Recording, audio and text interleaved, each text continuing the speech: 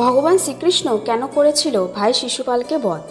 যদিও ভগবান শ্রীকৃষ্ণ অর্জুনকে গীতার উপদেশ দেওয়ার সময় বলেছিলেন, যখন যখন এই পৃথিবীতে পাপ আর অধর্ম বেড়ে যায়, তখন আমি এই পৃথিবীতে ভিন্ন ভিন্ন অবতারে পাপের বিনাশ করি।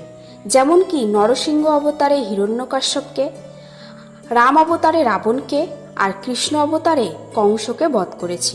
নমস্কার বন্ধুরা, ধর্মোক্তি চ্যানেলে আপনাদের সবাইকে স্বাগত। এরপরে বলি মহাভারতের কথা। প্রসঙ্গ যখন মহাভারতের, তখন এর সঙ্গে জড়িত একটি ঘটনা হলো শিশুপাল বধ। কথিত আছে যে শিশুপাল শ্রীকৃষ্ণের পিসির ছেলে। সেই সম্পর্কে শিশুপাল ছিল শ্রীকৃষ্ণের ভাই। যখন শিশুপালের জন্ম হয় তখন 3টি চোখ আর 4টি হাত নিয়ে তার জন্ম হয়।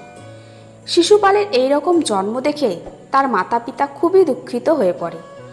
তখন শিশুপালের পিতা তাকে ত্যাগ করার সিদ্ধান্ত নেয়। তখন এক আকাশবাণী হয় যে, হে রাজন, এই শিশুকে ত্যাগ করবেন না, আর এই শিশুটি বড় হয়ে খুবই বলবান হবে।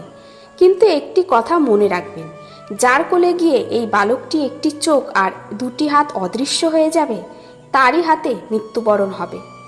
কিছু সময়ের মধ্যে এই বিচিত্র বালকের কথা দূর দূর রাজ্যে পৌঁছে যায়, আর ভিন্ন ভিন্ন দেশের রাজারা বালকটিকে দেখতে আসে।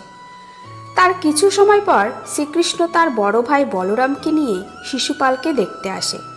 তারপর শ্রীকৃষ্ণ যখন ভাই শিশুপালকে কোলে নেয়, তখন সাথে সাথে শিশুপালের একটি চোখ আর 2টি হাত অদৃশ্য হয়ে যায়।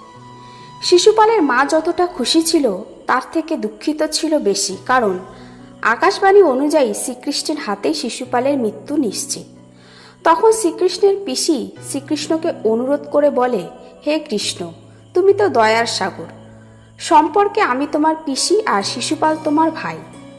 ভবিষ্যতে শিশুপাল যদি কোনো অন্যায় করে তাহলে তাকে ক্ষমা করে দিও। তখন শ্রীকৃষ্ণ বলে, আমি শিশুপালের 100টি অপরাধ ক্ষমা করব, তার বেশি না, আর এটা আমার প্রতিজ্ঞা রইল। তার কিছু বছর পর যখন পাণ্ডবদের বড় ভাই যুধিষ্ঠিরের রাজ্য অভিষেক হয়, সেখানে শিশুপাল বাধা দেওয়ার জন্য শ্রীকৃষ্ণকে নানা রকম কটু কথা বলতে থাকে। তারপর কটু কথা বলতে বলতে যখন 100টি অপরাধ পার হয়ে যায়, তখন ভগবান শ্রীকৃষ্ণ তার সুদর্শন চক্র দিয়ে শিশুপালকে হত্যা করে। তো বন্ধুরা, আজকের এই ভিডিওটি যদি ভালো লেগে থাকে তাহলে কমেন্টে নিজেদের মতামত জানাতে ভুলবেন না।